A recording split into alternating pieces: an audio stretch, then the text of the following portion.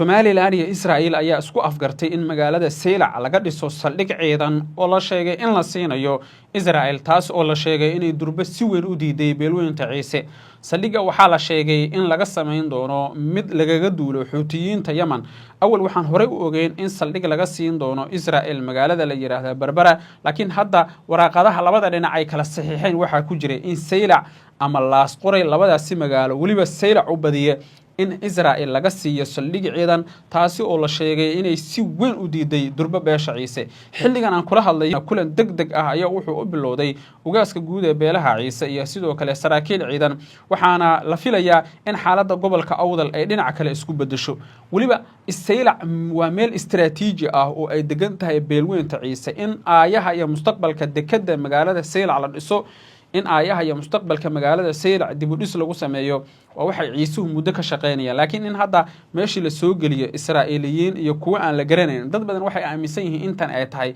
fadeexo iyo ceeb xoog leh. haddaba tan maxaa ka dhalan kara? Dad badan waxay aaminsan yihiin haddii Somaliland ay qaado tallaabo ka dhana beesha Ciise in ay markaasi meesha imaan doonto dowladda Djibouti. Dowladda Djibouti dhowr jeer oo kala duwan waxay si cad u sheegtay oo aan gambasho lahayn in ay xilka ay markaasi ka tuuri doonto Cabdiraxmaan Ciro haddii isku dayo in dekada magaalada Seylac ama magaalada la yiraahdo ama magaalooyinka xeebaha ku teesan oo Lowjacada iyo Lughaye ku jiraan in Somaliland ay gacanta u geliso nimanka la yiraahdo Israel, in Djibouti ay qaadayso tallaabooyin dheeraad ah.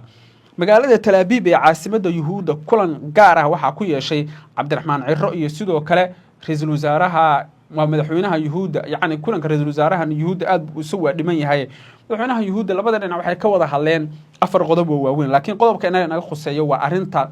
saldhigga. saldhig ayaa laga siin doonaa Israel magaalo xeebeedka dekada leh ee Seylac. halkaas ayaana la filayaa in maalmaha soo aadan ay isbeddello waaweyn ka dhacaan sida ay tilmaamayaan wararka iyo macluumaadkan helayno.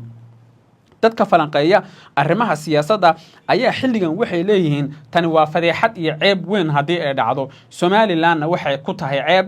qalalaasi hor leh ayuuna gobolka Awdal geli doonaa. gacanta Somalilandna gobolkaas waa uu ka bixi doonaa hadiise Ciisaha lagala tashado arrintan oo aan Israel meesha la soo gelina nabadii sidaas bay ku sii soconaysaa. Samaroonka iyaga warkooda badaayo waxay gacanta midig iyo gacanta bidix u yihiin Somaliland, taas waa war kama taagna. laakiin arrintan kale ee hadda jirta ayaa waxay tahay in Somaliland ay si cad u sheegtay oo waliba aan gambasho lahayn inay saldhig ka rabto magaalada Seylac ama magaalada Lowjacade ama magaalada Lughaye. saddexda magaalo aan ku soo magacaabay ee xeebaha leh ee istiraatiijiga ah beesha Ciise ayaa degta. haddaba waxaa la filayaa saacadaha soo socda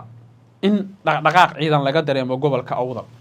oo inta aysan Israel soo caga dhiganba gobolka Awdal in Ciisuhu ay hawlgal bilaabaan, weerarada ay dib u soo celiyaan, Somalilandna lagu khasbo inaysan u ogolaan Israel inay halkan timaado. haddii Israel ay soo degto saldhig ama dekada magaalada Seylac ay soo degto, nimanka Ciisaha la yiraahdo way uga dhamaatay, sababtoo ah halkan markaa wuxuu noqon doonaa meel saldhig weyn oo dowlad weyn ay soo degtay lagaga duulo Xuutiyiinta, lagaga duulo Iiraan, lagaga duulo Soomaaliya, lagaga duulo Djibouti, lagaga duulo dalalka deriska ah. waana waxa ay Djibouti iyo dowladda federaalka ah ee Soomaaliya diidan yihiin. Cabdiraxmaan Ciro heshiiskaasi waa uu saxiixay, laakiin waxaa la filayaa dhaqangalkiisa 2 sano ee soo socota inuu dhaqan galo. laakiin ka hor waxay dad badan aaminsan yihiin waa in la sameeyo dadaal walba oo xal loogu raadin doono sidii loo soo afjari lahaa in heshiiskaasi uu dabcan miro dhalo. dhinaca kale magaalada barakeysan ee Qudus ayuu tagayaa Cabdiraxmaan Ciro madaxweynaha Somaliland. Cabdiraxmaan Ciro markan go'aankiisu uu cad yahay oo si aan gambasho lahayn wuxuu u sheegay oo uu yiri caasimadda Israel waa Qudus. yacni waxay ka dhigan tahay safaaradda Somaliland haddii Qudus laga furay intan ay ka dhigan tahay inay Somaliland si cad u sheegtay u aqoonsatay Israel bannaankana ay u tuurtay Falastiiniyiin wax la dhaho. yacni waxay ka dhigan tahay in Cabdiraxmaan Ciro uu caadeystay oo uu yiri Falastiin ma aqoonsani, Israel baan aqoonsanahay, sidaasna safaaradda uu ku furto.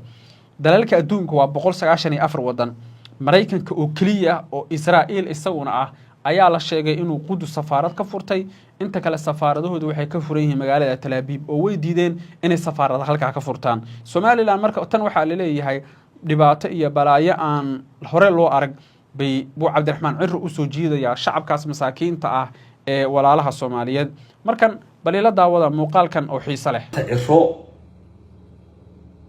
ciidan kale iyo nimanka la yiraahdo Ciise Muuse iyo Ayuub waa abaalaawayaan wallaahi billaahi tallahi sama dhaaran waxa abaal nimanka lagu yiraahdo torjeele ciidan kale ma qaadi karo laba wasiir iyo barasaab iyo saddex agaasime iyo laba maaray ciidan kale ma qaadi karo saas oo eegtaa Ayuubna ma qaadi karo wasiir way hataa qaadi kartaan xukuumadda abaal baa haydan laakiin jinac kuma inaan noqoteen maalin kasta cid baraha bulshada taagan waa saddexdiin jinac baa ku noqoteen Iro halkan mid kale aan leeyihiin habarisu war ma habaris baa xilalka idin haysata soo ka samacida kale warigi laba wasiir muuqaada saddex dhijiyo agaasimana muuqaadan wasiir xigeenna muuqaadan barasaabna muuqaadan إذا قال الشريعة تودي كذا توري مقاضم وقاعدين يشيلون هالوسير يهالوسير فلان يهلا قاسم سدح تكريته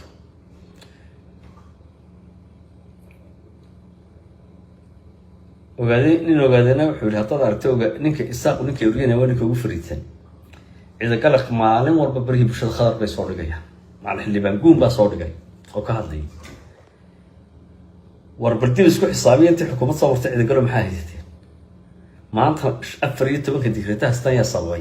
خضر بصوي برصاب ولي ما نقول ولي قال أبو سير ترك كمان كلمة ولي قال ستح ليتشي كمان هلين ولي قال ستح مارية كمان هلين حتى أنا هالكاس أتصفر إذا إيش حوالنا ومقابل خضر يسلب بدي وسير قوا وسيد بيشا يقول قد وسير أنت ما تلسيه يلا بدي شيء أي كلين هذا نعيش وحنا مقاولين بيشا يفرهم هلكم إحنا إياه بوقت رياح عضو واحد كوفي عطها سيدي مصبي حين قف كل هذا صوته باطي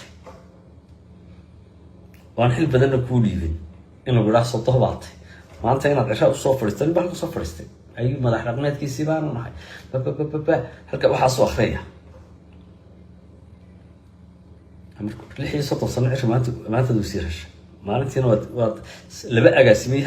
لبقى قاسمنا وتشريتي قدوميه محكمة قبل كنا واضحش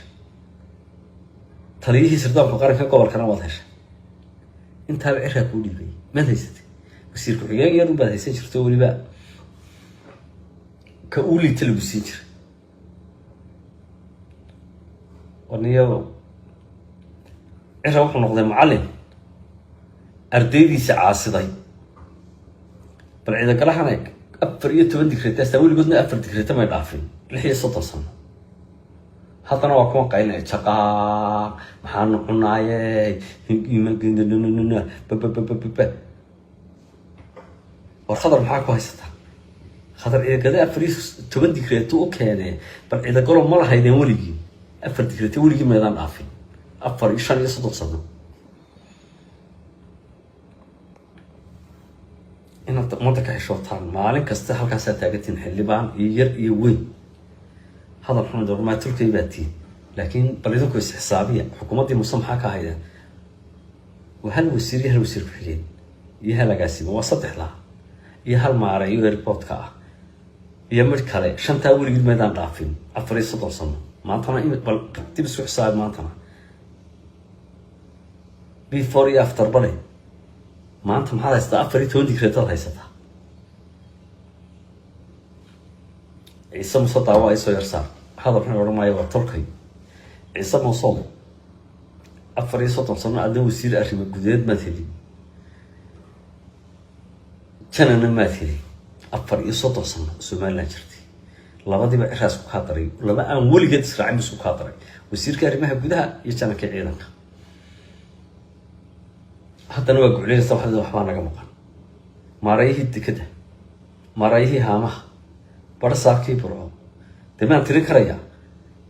عيسى مصنوع هايستان شن يتمن دكريتو أي سير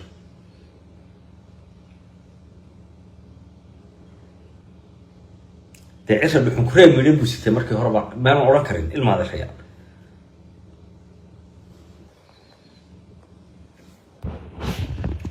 ميال أوران كريم عشر مرك هرب حريم مليون بوسيت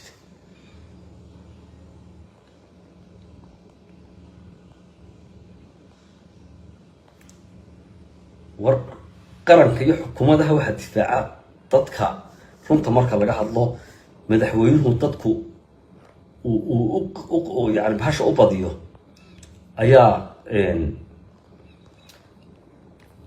ayaa u hiilisa maanta iro ciidagale iyo nimankaa la dhahdo Ciise Muuse iyo Ayuub waa abaalaawayaan wallaahi billaahi tallahi soma dhaaran waxa abaal dhaamo nimanka lagu dhahdo torjecel ما ارتبط الشغلة هذا ويصير كي الأقاسيم وديله ويرجع بلو بديله أيبنا واقوان لا صحيح إذا قالوا واقوان وحكى بقى المتشو إذا قالوا برصة بعض هالشيء لبوا يصير كحيان بعض هالشيء لبوا يصير بعض هالشيء لبوا معريات هالشيء ست حاجات بعض هالشيء ورجع ما تهلين هو حضبه حتى وسيركي يو وسير كحيانكي يا ماريا راير بودك صدق دي الوسين شنو وضبه حنطه دي عيسى مصنع لبدي وسير منا سي منا وها ايضا منا وها ان maxaan ku raahdaa heshta ayaad baahantay adiguna wasiir hesh yimid ayaad baahantay يعني ما قاعد يكتب وسير كلمة جودها يشانك عيدا إذا كان أنا ما قاعد يكره لما وسير يبرصا